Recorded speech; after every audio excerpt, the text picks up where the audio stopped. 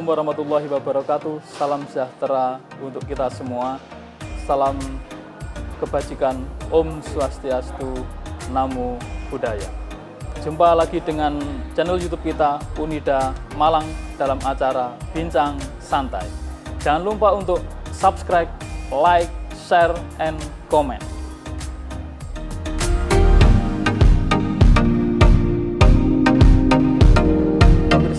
Dalam kesempatan kali ini kita akan membahas terkait dengan perjanjian perkawinan pasca putusan MK nomor 69 tahun 2015. Untuk membahasnya, kita telah kedatangan tamu yang sangat istimewa. Siapa beliau? Beliau adalah Ibu Suryaningsih. Beliau dosen Fakultas Hukum dan juga praktisi hukum perdata di Universitas Wisnuwardana Malang.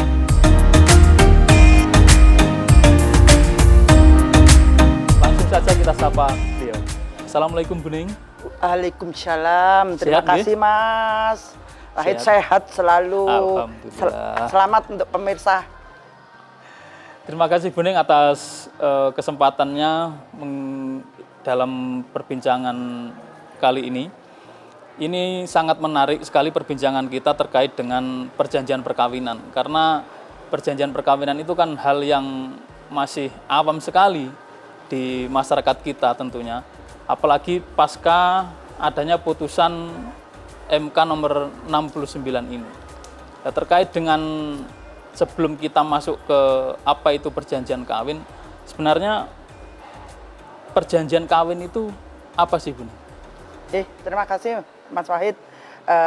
Sebelum kita ke perjanjian perkawinan ya Mas ya, kita lihat dulu apa itu perkawinan. Jadi kita bahas dulu apa itu perkawinan, karena perkawinan itu hal yang sakral dan mendalam banget. Kita lihat dulu pengertiannya ya Mas ya, dalam undang-undang perkawinan, pengertian perkawinan itu adalah ikatan lahir batin.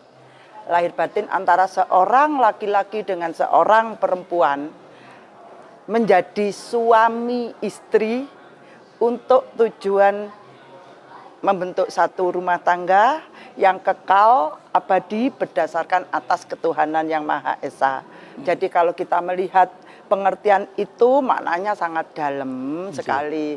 Lah, memang di pengertian itu sudah nampak tujuan perkawinan adalah membentuk keluarga yang bahagia kekal. Bahagia kekal. Jadi di dalam kehidupan sehari-hari mereka yang sudah berkeluarga itu rumah tangga itu wajib bahagia dan kekal, hanya dipisahkan dengan kematian. Nah, tetapi pada kenyataannya kan tidak seperti itu. Di masyarakat masih ada, dan perkawinan itu ya sebetulnya masyarakat semua sudah tahu apa itu perkawinan. Tapi dalam perjalanannya perkawinan bagi mereka yang basicnya atau latar belakangnya sama itu biasanya kan ya sudah melaksanakan perkawinan, sudah dilaksanakan. Tetapi bagi mereka yang hartanya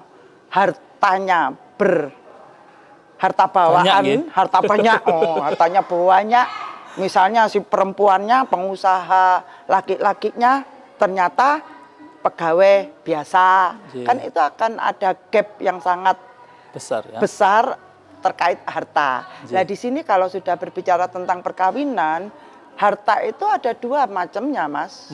Harta bersama, harta bawaan. Nah, harta bersama inilah harta yang didapat pada saat perkawinan, milik berdua. Jadi jika mau melakukan perbuatan hukum terkait harta bersama ini harus ada persetujuan dari suami ataupun dari istri. Lah tetapi untuk harta bawaan itu dalam melakukan perbuatan hukum terkait harta bawaan itu ya tergantung yang punya sendiri-sendiri, suaminya atau istrinya. Lah inilah yang belum memasyarakat ya, banyak masyarakat yang belum mengenal apa itu perjanjian perkawinan. Berarti kan untuk menyiasati apabila nanti semuanya ini ada pasangan yang ingin melangsungkan ke jenjang pernikahan, semuanya calon istri atau calon suami sudah memiliki harta, itu berarti salah satu cara untuk bagaimana bisa harta itu nanti seumpama terjadi hal-hal yang tidak diinginkan pada waktu perkawinan berarti dibuatkan perjanjian perkawinan tadi. Ya, dibuatlah perjanjian perkawinan, yang mana perjanjian kemarin, Ibu lanjutkan dulu ya Mas, terkait harta. Lah kalau harta bersama itu sudah kita tahu bahwa itu milik berdua. Dan jika melakukan perbuatan harus persetujuan berdua. Tapi kalau harta bawaan itu bisa berasal dari pada saat dia menikah itu sudah mempunyai harta, sudah kaya banyak hartanya, atau dalam pernikahan itu salah satu pihak atau si istri atau si suami itu mendapatkan warisan, mendapatkan hibah, mendapatkan hadiah, pada waktu perkawinannya itu mungkin kan dapat wasiat, itu termasuk juga harta bawaan walaupun didapat dari dalam masa perkawinan. Itulah itu agar tidak terjadi konflik rumah tangga ya terkait harta perkawinan itu, maka sebaiknya dibuatlah perjanjian perkawinan. Biar tidak terjadi lebih apa ya, untuk melakukan perbuatan hukum itu sudah jelas garisnya gitu. Terus Buning, yang diatur di dalam perjanjian perkawinan itu apa saja? Hal-hal yang diatur di dalam perjanjian perkawinan. Ini di perjanjian perkawinan itu diatur dalam pasal 29 Undang-Undang Nomor 1 Tahun 74 tentang perkawinan ya Mas ya. Yang mana perjanjian perkawinan itu diperjanjikan pada umumnya berisikan pemisahan harta kekayaan, kemudian perjanjian-perjanjian lain yang tidak boleh bertentangan dengan undang-undang. Pemisahan harta kekayaan ini juga termasuk pemisahan hutang, Mas. Termasuk pemisahan hutang. Jadi dengan adanya perjanjian perkawinan itu sudah di dalam rumah tangga itu jelas, oh ini hartanya si istri, oh ini hartanya si suami. Oh sudah, kemudian istrinya dapat wasiat atau dapat warisan, oh ini juga hartanya istri. Begitu juga dengan suami. Juga boleh memperjanjikan hal-hal yang lain, perjanjian lainnya sepanjang tidak bertentangan dengan peraturan. Ya, juga tidak boleh mengabaikan kewajiban suami kepada istri, itu tidak boleh. Jadi walaupun ada pemisahan harta kekayaan, di sini pemisahan harta kekayaan itu juga bisa pemisahan penghasilan, Mas. Jadi kemungkinan penghasilan suami melebihi belanja pada umumnya kepada istri ya pada umumnya. Jadi itu kalau diperjanjikan, oh ini hasil penghasilan suami, oh ini penghasilan istri, boleh diperjanjikan di perjanjian pemisahan harta kekayaan boleh, tetapi tidak boleh menghilangkan kewajiban suami kepada istri. Itu ya di dalam undang-undang perkawinan. Lah kalau di dalam kompilasi hukum Islam itu bisa ditambahkan ada perjanjian talik talak. Jadi jika suami melakukan perbuatan ABCDE maka jatuhlah talak. Tuh, tapi di KHI sekarang tapi kita konsentrasi kepada undang-undang perkawinan saja yang berlaku nasional ya Mas. Terus Ibu, terkait dengan perjanjian perkawinan, tadi kan kalau yang jenengan jelaskan tadi kan terkait dengan harta dan macam-macamnya. Apakah di dalam perjanjian perkawinan nanti itu bisa diatur semuanya terjadi perceraian terkait dengan hak asuh anak, itu apakah bisa juga diatur di dalam perjanjian perkawinan? Karena perjanjian perkawinan itu memang diatur dalam undang-undang itu terkait pemisahan harta kekayaan, kemudian terkait dengan pemisahan hutang, terkait dengan pemisahan penghasilan, terkait dengan peraturan-peraturan yang lain yang tidak boleh terkait dengan perjanjian-perjanjian yang lain yang tidak boleh bertentangan dengan peraturan. Untuk hak asuh anak itu kan sudah diatur dalam undang-undang bahwa jika terjadi perceraian antara suami dan istri, hak asuh anak itu ada di pihak ibu kalau anak tersebut masih di bawah usia dewasa. Itu sudah ada diatur dalam undang-undang dan itu tidak boleh diperjanjikan. Oh, ngoten nggih. Saya kira karena itu kan anak itu kan hasil dari perkawinan juga. Itu tapi bisa diperjanjikan. Nah ini kan hal baru juga mungkin kan terkadang kan memang anak itu kan meskipun itu bukan termasuk dalam harta perkawinan tapi kan itu kan biasanya menjadi objek rebutan di dalam kalau terjadi kasus perceraian kan gitu. Anak selalu menjadi korban ya, tetapi tidak semua Mas. Tidak semua, biasanya mereka orang tua yang berpisah itu banyak juga anak yang tetap memang orang tua masih punya kewajiban terhadap anak tersebut sampai anak itu dewasa masih punya. Nah, tinggal taat atau tidak saja. Kembali terkait dengan perjanjian perkawinan, Bu Ning.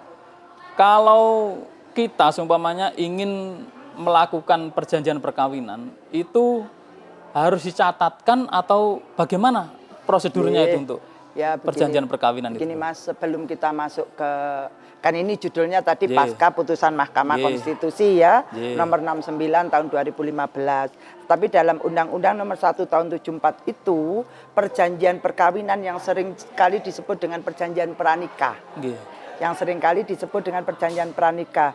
Perjanjian perkawinan itu dalam Undang-Undang perkawinan itu dilaksanakan sebelum perkawinan dilaksanakan atau pada saat perkawinan dilaksanakan. Jadi jelas ya, sebelum perkawinan dan pada saat perkawinan dilaksanakan itu perjanjian perkawinan dibuat. Dan itu dicatat oleh pegawai pencatat perkawinan. Jadi di situ tertuang dengan rincinya apa saja yang diperjanjikan. Jadi kalau sudah ditandatangani oleh kedua belah pihak, kemudian dicatat oleh pencatat perkawinan, petugas pegawai pencatat perkawinan dicatat, jadi itu sudah akte otentik ya, sudah resmi lah, dan kedua belah pihak harus mentaati. Satu lagi, Mas, yang dituangkan dalam perjanjian perkawinan itu tidak boleh merugikan pihak ketiga. Jadi pihak ketiga yang terkait sama si istri punya perusahaan, kemudian punya pihak ketiga yang dalam perjanjian kerja atau yang terkait dengan harta kekayaan, lah itu tidak boleh dirugikan dengan adanya perjanjian perkawinan itu. Terus berarti itu tadi kan kalau terkait perjanjian perkawinan menurut Undang-Undang nomor 1 tahun 1974. Kalau tadi kan di awal pokok bahasan kita kan sudah membahas terkait dengan perjanjian perkawinan pasca putusan MK nomor 69 tahun 2015. Lah, apa ada bedanya, Bu Ning, antara sebelum putusan MK tersebut turun dan sebelumnya itu, apakah ada perbedaan? Ya, sebelum kita masuk ke sana kita cerita dulu ya, Mas, ya, kita bahas dulu bahwa di kehidupan rumah tangga itu tidak selalu mulus, semulus KRL.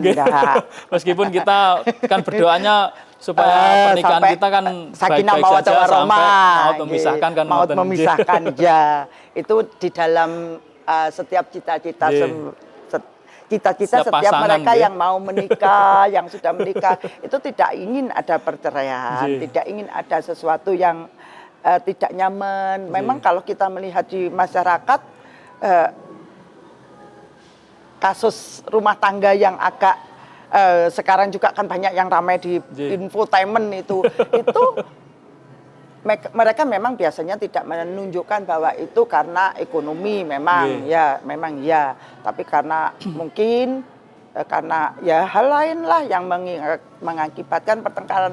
Lah kalau sampai terjadi perceraian kepada kedua belah pihak, ini tetap kembali lagi kita ngomong kepada apa ya, Mas, ya? Pribadi masing-masing? Bukan kepada pasangan yang punya kekayaan banyak. Nah, itu tujuannya kan memang untuk melindungi kekayaannya itu dari pihak yang memang pasangannya yang mungkin punya tujuan lain ya. Nah, itu untuk melindungi itu memang tujuan daripada diadakannya perjanjian perkawinan itu untuk melindungi hak-hak atau melindungi hukum hak daripada harta kekayaannya pribadi gitu loh. Jadi jika terjadi sesuatu yang tidak diinginkan, perceraian lah istilah mungkin ya, terjadi perceraian, maka di dalam perjanjian perkawinan itu sudah tegas, oh ini harta suami, oh ini harta istri. Karena apa? Kalau tidak diperjanjikan Kan misalnya si istri sudah punya perusahaan, kemudian kawin dengan seorang laki-laki yang pegawai biasa mungkin. Lah itu nanti hasil perusahaan ini menjadi harta bersama. Nggih. Ya kalau hasilnya cuma 1.000 2.000 lah, kalau labanya keuntungannya miliaran. Miliaran, Lah kalau terjadi perceraian, ya itu menjadi harta bersama. Ya. Memang pada di masyarakat itu kadang-kadang juga kita temukan, Mas. Ini yang kita bicarakan bahwa memang punya tujuan yang kurang baik, menikah, nanti cerai supaya dapat hartanya. Kan memang kalau tidak diperjanjikan, kan ini perjanjian perkawinan itu adalah memang sesuatu yang khusus ya, memperjanjikan lain daripada ketentuan yang sudah ada. Diperbolehkan. Memang di aturannya itu perjanjian yang dibuat sebelum dan pada saat perkawinan dilaksanakan itu tidak bisa dirubah kecuali kedua belah pihak setuju untuk merubah, mencabut. Itu kecuali kedua belah pihak setuju. Tapi ya apa setuju kalau dengan itu. Iya. Jadi itu yang terjadi di masyarakat, Mas. Terus kembali lagi Bu Ning, yang perbedaannya apa? Tadi kan belum sempat jenengan belum sampai ke sana. Belum sampai ke sana. Belum sampai ke sana. Mungkin ya, ini untuk memanasi kan, pemanasan dulu. Mungkin pemirsa juga penasaran, apa sih yang membedakan putusan MK-nya itu ya? Apa itu yang itu kan masih kita berbicara tentang perkawinan yang hanya beda harta kekayaannya ya Mas ya. Tetapi sama-sama warga negara. Lah permasalahan tentang perjanjian kawin itu tidak cukup sampai di situ.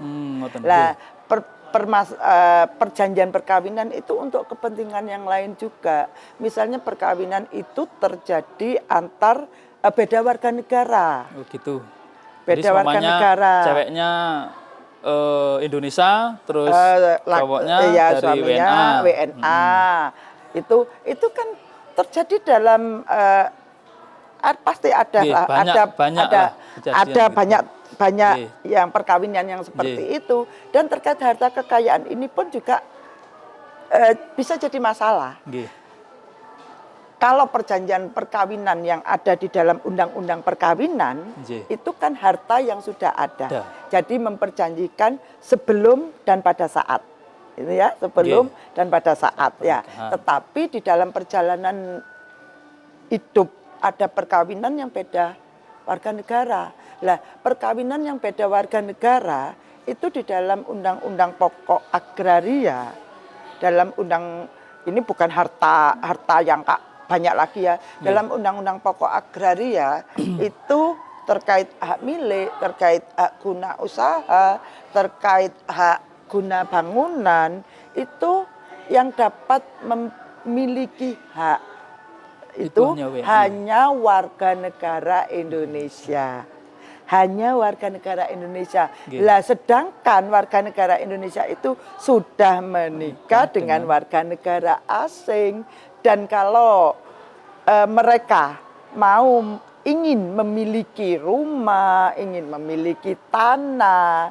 Lah kalau namanya kan status itu biasanya kawin, belum kawin kan gitu. Saat ketika kita sudah kawin, maka kita melakukan perbuatan hukum terkait harta perkawinan tadi, yang harta bersama yang tadi. Kan harus ada persetujuan suami maupun persetujuan istri. Nah itu kan jadi masalah di masyarakat.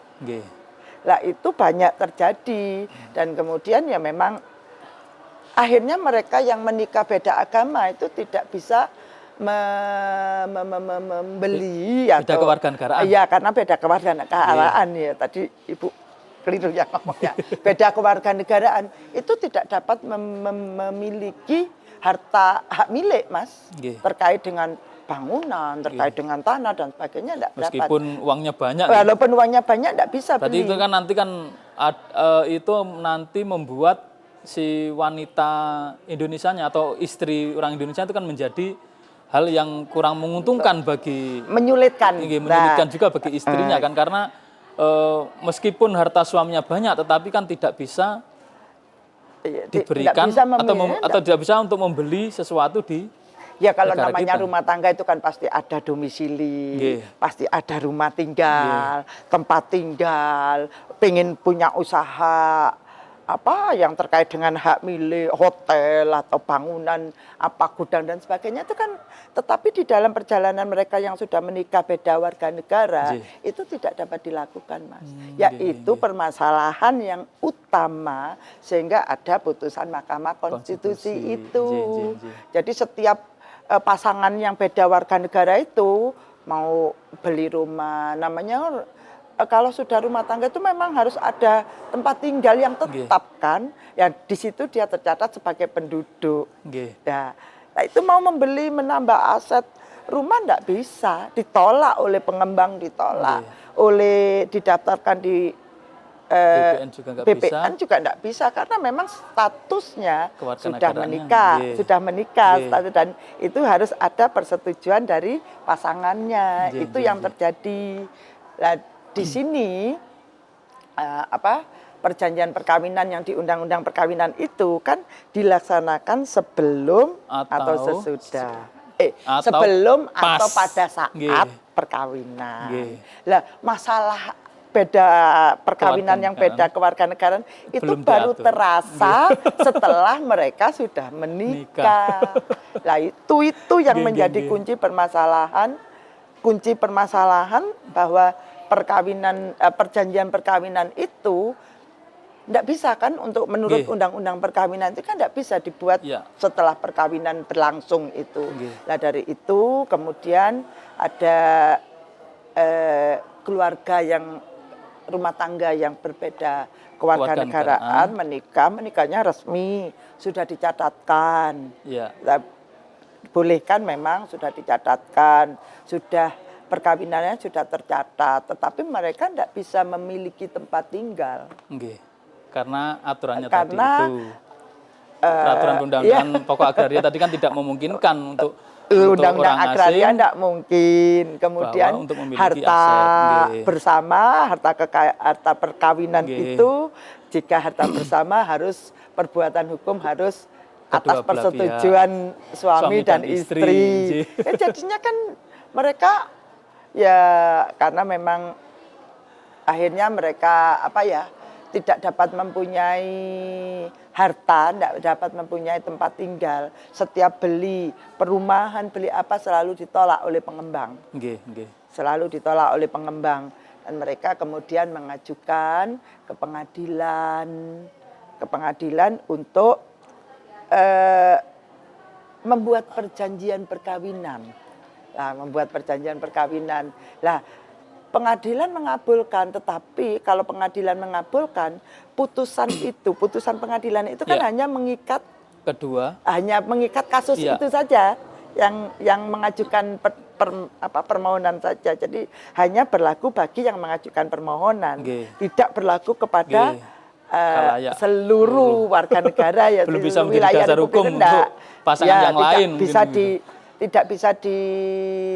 Belum bisa ditaati oleh semua mereka yang mempunyai kasus seperti itu pasangan yang beda kewarganegaraan tadi.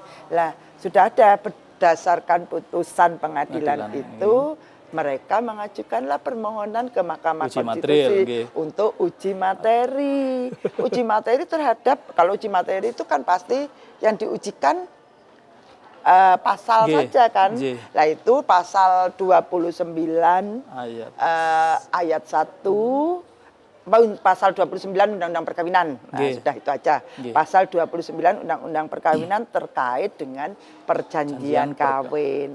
Yang di dalamnya pasal 29 itu ayat 1-nya dilaksanakan sebelum atau pada saat pernikahan dilaksanakan kan itu. Nah itulah yang diuji materikan, pasal 29 itu diuji materikan pada Mahkamah Konstitusi. Nah, di perjalanan kan diperiksa sama Mahkamah Konstitusi. Kan memang satu sisi perkawinan itu sakral ya Mas. Nggih. Perkawinan itu sakral, diharapkan tidak ada apa perjanjian apa ya kayak hartaku tidak Iya. begitu. Lah karena kan memang ikatan lahir batin, Nggih. ikatan lahir batin, tetapi pada kenyataannya di kehidupan kan Iya. harus memang harus ada. Jadi memang dengan putusan Mahkamah Konstitusi itu banyak pendapat yang mengatakan perkawinan menjadi tidak sakral karena seperti perikatan pada umumnya. Nggih. Perikatan pada umumnya kan bebas. Nggih. Buku 3 kan memang sifatnya bebas berkontrak Nggih. kan selama 1320 kepenuhi. Ada syarat sahnya perjanjian 1320 kepenuhi, sepakat, kemudian cakap, kemudian hal tertentu halal terpenuhi, sudah boleh. Nah kalau perkawinan sebetulnya kan ikatan lahir batin. Ikatan lahir batin buku 3 kan perikatan, mengatur tentang perikatan. Nah itu ikatan lahir batin. Nah disinilah perjanjian perkawinan yang sakral itu bergeser makna sedikit. Sehingga memperjanjikan harta kekayaan pada masa berlangsungnya perkawinan, yaitu uji materi untuk pasal 29 Undang-Undang Perkawinan. Ya, Undang-Undang nomor 174 itu. Ya, meskipun itu kan tujuannya memang baik, tapi memang kan namanya kehidupan pasti ada pro dan kontra gitu.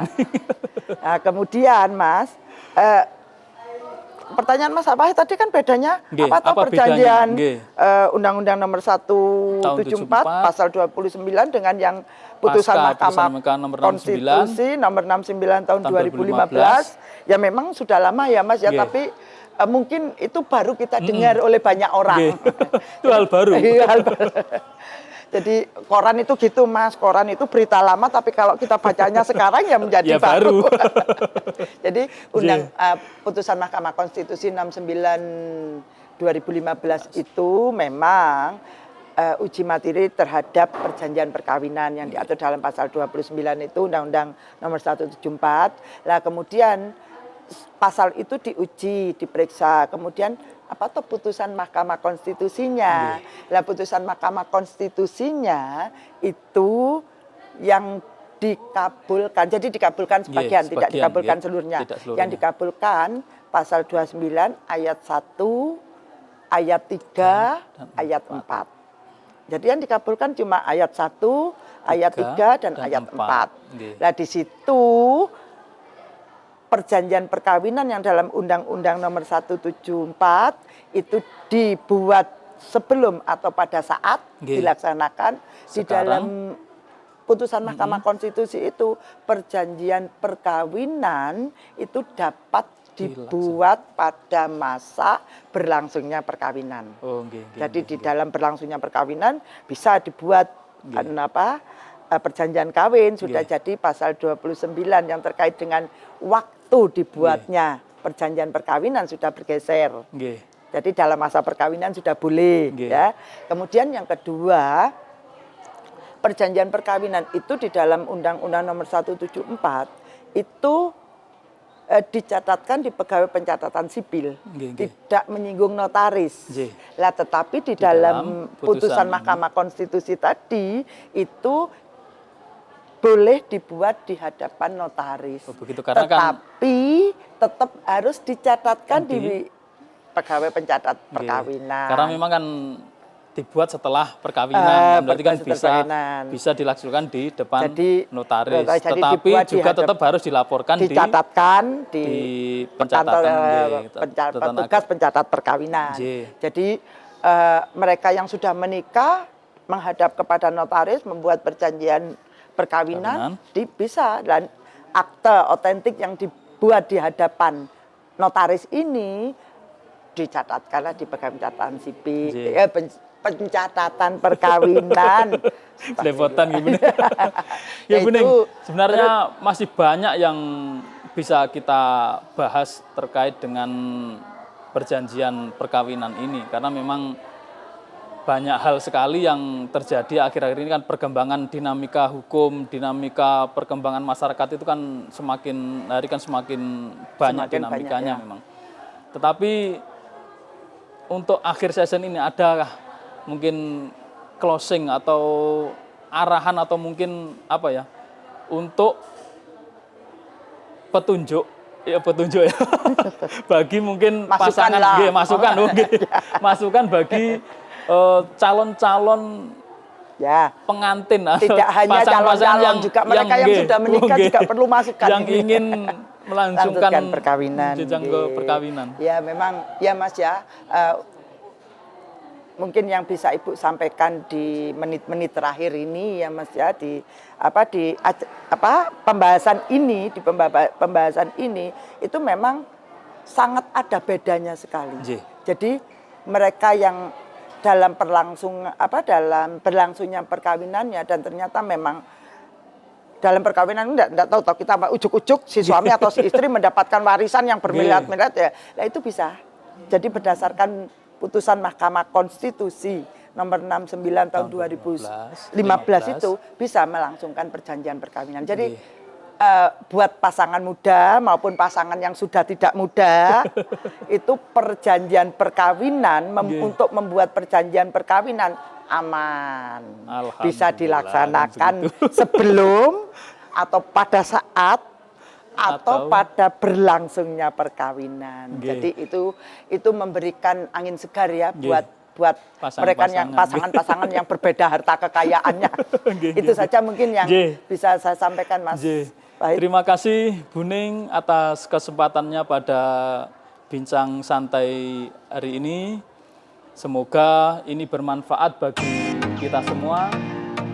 Jangan lupa untuk subscribe, like, share, dan komen di channel YouTube Unida Malang. Terima kasih atas perhatiannya. Wassalamualaikum warahmatullahi wabarakatuh. Salam sejahtera.